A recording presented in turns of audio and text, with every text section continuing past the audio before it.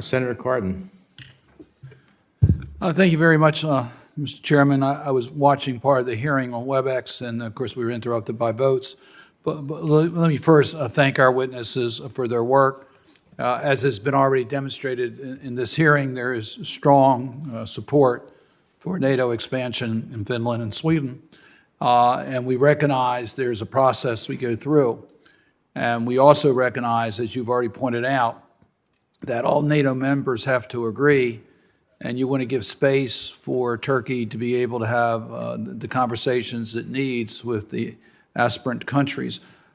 We all appreciate that, but we certainly urge that we have to make sure that that's constructive and timely, and we would hope that our leadership would help provide that type of accommodation so that those conversations take place, but they do not unnecessarily delay the considerations of their entry into NATO.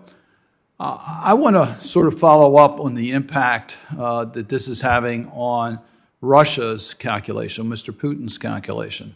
He's obviously watching very closely what's happening with Sweden and Finland. He's also watching what's happening with the European Union and their invitations in regards to Moldova and Ukraine. And can you just tell us how you feel these expansions, whether of the EU or of NATO, would affect Mr. Putin's calculations in regards to his aspirations for a greater Russia? Well, let me start on the defense and military side. The accession of Finland and Sweden to NATO would significantly complicate Russian military planning for any kind of military operations against NATO by doubling the length of Russia's front border with NATO allies and by strengthening NATO allied capabilities in the Baltic Sea region and in the Arctic High North.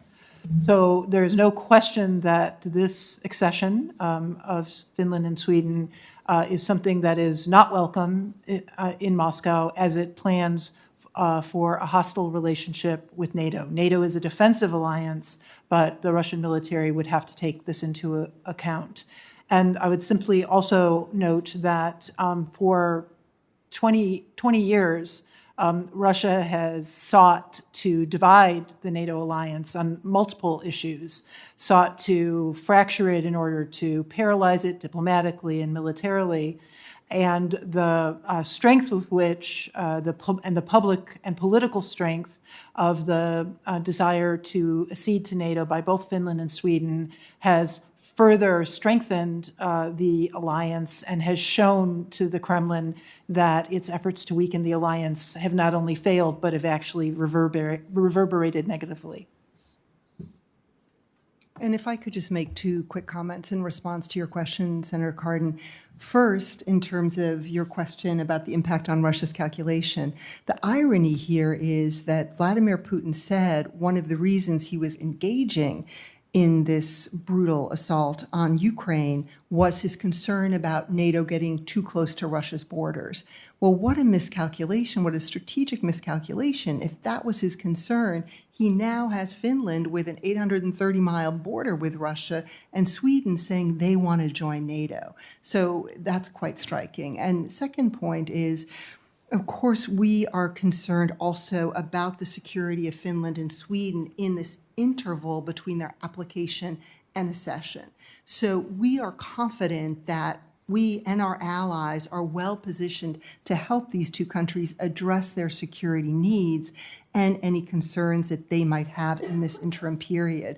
And President Biden said on May 18 that while their applications for NATO membership are being considered, the United States will work closely with both countries to remain vigilant against any threats to our shared security and to deter and confront aggression or the threat of aggression. As has already been mentioned, we exercise regularly together in the Baltic Sea region, and the U.S. military routinely maintains presence in the vicinity of both countries. So we feel that we're also being vigilant during this interim period. Thank you. Let me just make a comment. We're today concerned about the expansion as relates to Finland and Sweden, But we also need to be concerned that of the focus in the Black Sea.